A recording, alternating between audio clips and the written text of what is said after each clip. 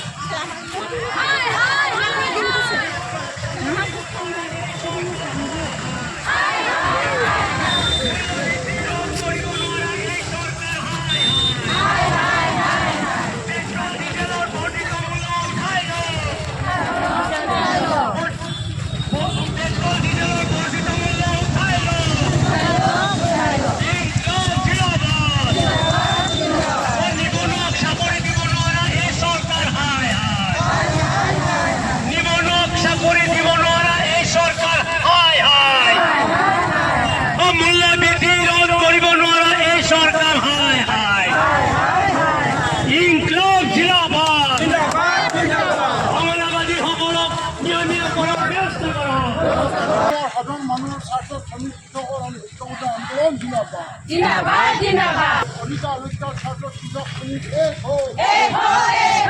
নমস্কার রাষ্ট্র সমস্যাকে গ্রহণ করার দাবি আন্দোলন করেছে। শ্রম কোড বাতিল করো, শ্রম কোড বাতিল করো, নিবনুক চাকরি দিব নোৱাৰা এই সৰকাৰ হাই হাই, নিবনুক চাকৰি দিব নোৱাৰা এই সরকার হাই হাই, নিটর পেপার বারে বারে লিক কিয় হয় এই সরকার জবাব লাগে, জবাব দিও, জবাব লাগে জবাব দিও।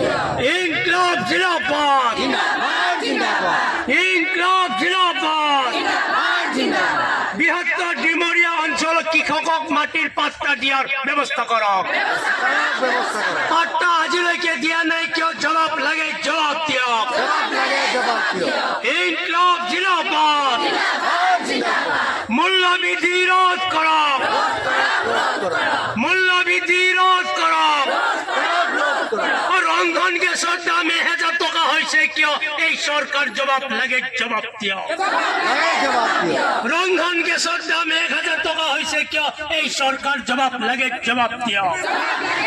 আমি আন্দোলন কৰিব পাৰিছিলোঁ, কাৰখানা শ্ৰমিকে আন্দোলন কৰিব পাৰিছিলে। এতিয়া ইউনিয়ন কৰাৰ অধিকাৰ পৰ্যন্ত অসম ভাৰত চৰকাৰে কাহিনী লগাইছে কোটি কোটি স্বাৰ্থত, আদানী আম্বানী স্বাৰ্থত, যাতে তেওঁলোকৰ কাৰখানাত কোনো আন্দোলন নহয়।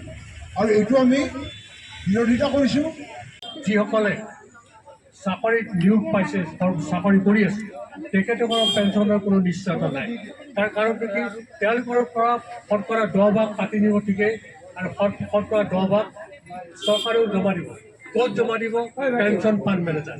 সেই পেঞ্চন ফাণ্ড মেনেজাৰে সেইটো নি পেলাই শ্বেয়াৰ মাৰ্কেটত ইনভেষ্ট কৰিব।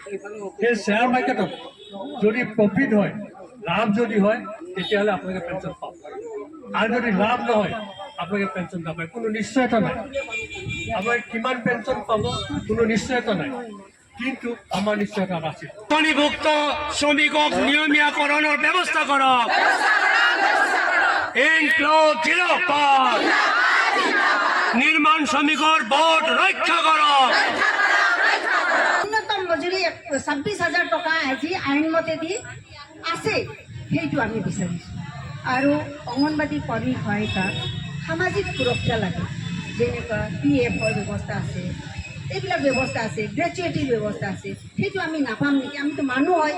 একো এগৰাকী অংগনবাদী কৰ্মী সহায়িকাই মানৱ বৰ দি আজি 37 বছৰ 40 বছৰ অংগনবাদী কৰি সেই শিশুসকলৰ তালিকা যদি আপোনালোকে বিচাৰি, আজি সেই শিশুসকল ডাঙৰ হৈ আজি চাকৰি পাইছে, সুন্দৰভাৱে তেওঁলোকে ঘৰখন চলাই আছে বৰ্তমান পৰিস্থিতি। গতিকে এই অংগনবাদী কৰ্মী সহায়িকাক 52 বছৰ ভৰি দিব, আজিলৈকে অংগনবাদী কৰ্মী সহায়িকা নিয়মে কৰ্মচাৰী স্বীকৃতি নিদিয়ে। ঠিক তেনেকৈ আশা বান্ধৱীসকলে দিন ৰাতি কাম কৰে, তেওঁলোককো নিশ্চয় চিন্তা কৰিব লাগিব। সামাজিক সুৰক্ষা লাগে, আমাক গ্ৰেজুৱেটিৰ ব্যৱস্থা কৰিব লাগে, PFৰ ব্যৱস্থা কৰিব লাগে, ESIৰ সুবিধা দিব লাগে। এইকেইটা মূল দাবীৰ ভিত্তিত আমি আহিছোঁ আপোনালোকৰ ওচৰত। কাৰণ আজি দেখিছে অন্যান্য ব্যৱস্থাৰে যি চৰকাৰে চলাব বিচাৰিছে, নিত্য প্ৰয়োজনীয় সামগ্ৰীৰ মূল্য বৃদ্ধি হৈছে, ঔষধৰ দাম হৈছে। এই ৰাইজসকলে যদি সকাহ নাপায়, আমি অংগনবাদী কৰ্মীসকলে ক'ত সেৱা আগবঢ়াম?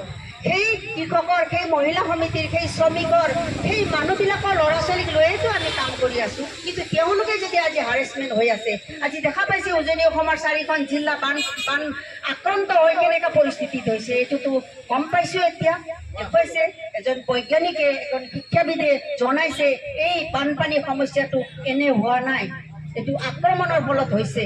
এইটো গতিকে ইয়াৰ সুতদন্ত হ'ব লাগে, সুব্যৱস্থা হ'ব লাগে, ৰাইজ বাচিব লাগিব। ৰাইজ যদি বাচে, আমাৰ অংগনবাদী ICDS আঁচনিটো বাচিব। কাৰণ এই চৰকাৰে সমগ্ৰ সম্পদ ব্যক্তিগতকৰণক দিছে, পুঁজিপতিক ৰঙা দলিচা পাতি দিছে। আহক পুঁজিপতিসকল, আপোনালোকে লওক ব্যৱস্থা। অসমত ইমান সম্পদ আছে, আজি এই আঁচনিখনো ব্যক্তিগতকৰণক দিয়াৰ ব্যৱস্থা কৰিছে। আমি সেইটো কেতিয়াও হ'ব নিদিওঁ। আজি আমি আপোনাক অনুগ্ৰহ কৰি কৈছোঁ, আৰু আপুনি যাতে ওপৰত জনাই, চৰকাৰক জনাই। কাৰণ এইটো কেন্দ্ৰীয় চৰকাৰৰ দ্বাৰা পৰিচালিত ICDS আঁচনিখন নাম সলনি কৰি, সন্মানীয় আমাৰ প্ৰধানমন্ত্ৰী মহোদয়ে নাম সলনি কৰি তেওঁলোকে PM পোষণ 2 হিচাপে কৰিব বিচাৰিছে। এইটো কেতিয়াও হ'ব নোৱাৰে।